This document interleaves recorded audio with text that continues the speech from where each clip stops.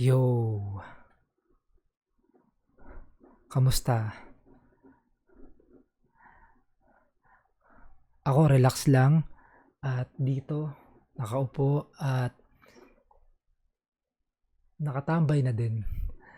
Nandito ako nasa harap ulit ng microphone ko at gusto kong magkwento ulit sa inyo at naisip ko pagkwentuhan natin yung prayer.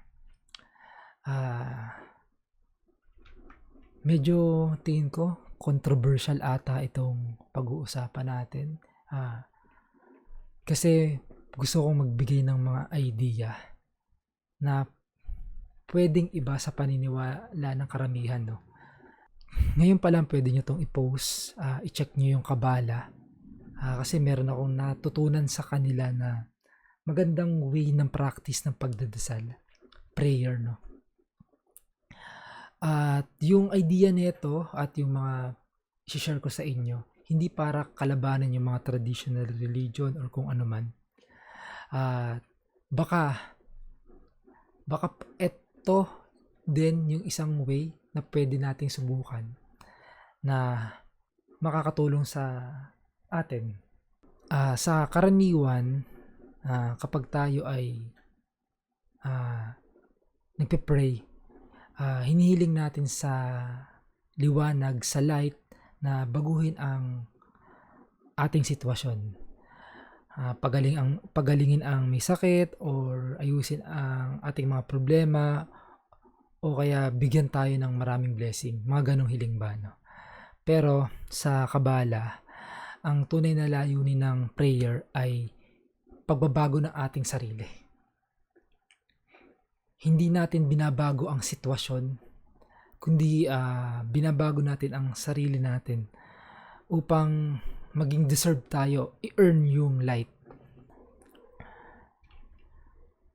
Sa Kabala, ang prayer ay isa siyang proseso ng pagtaas ng ating awareness, no? At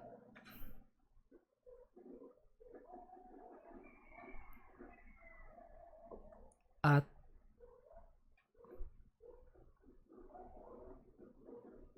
at hindi ito tungkol sa paghingi ng mga bagay. Kundi ito yung paghubog ng ating sarili upang maging deserving tayo. I-earn yung light. Kasi or kadalasan pag tayo ay nagdarasal, ganito yung madalas nating sabihin, no?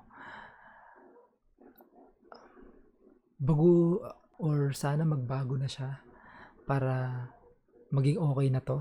Sana mahalin na ako ni ganito. Sana magbago na yung parents ko.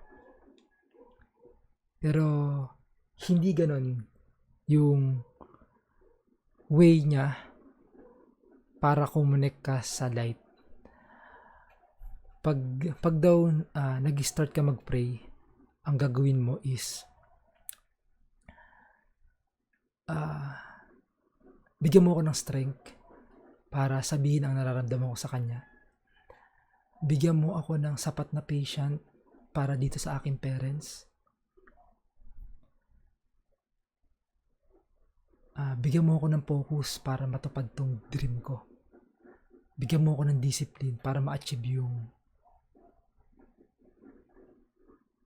maayos sa pangangatawan ko or yung dream physique ko.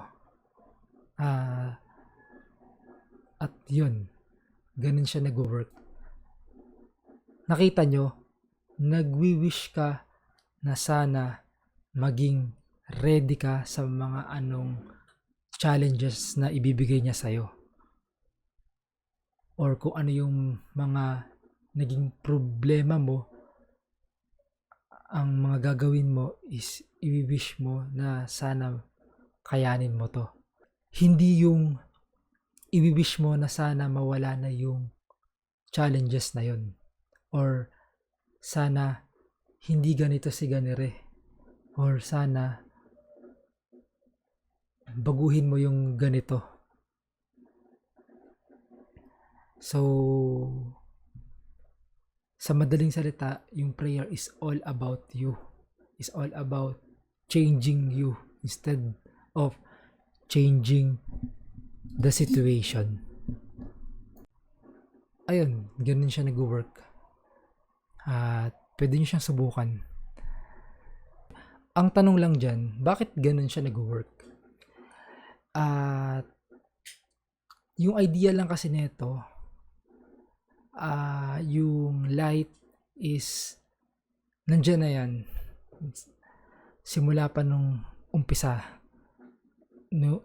Umpisan, from the beginning na nung ginagawa pa lang yung mundo, nandyan na yan.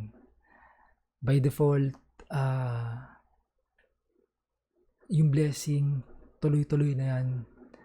Nandyan na yan sa paligid. Ang nagiging problema lang, yung iba ay hindi lang talaga deserving pa. So, ang nangyayari, binibigyan ka ng mga challenges para mapatunayan sa kanya na deserving ka. Deserving kang bigyan ng mga blessing. Or deserve mo to. At yun, ganun siya nag-work.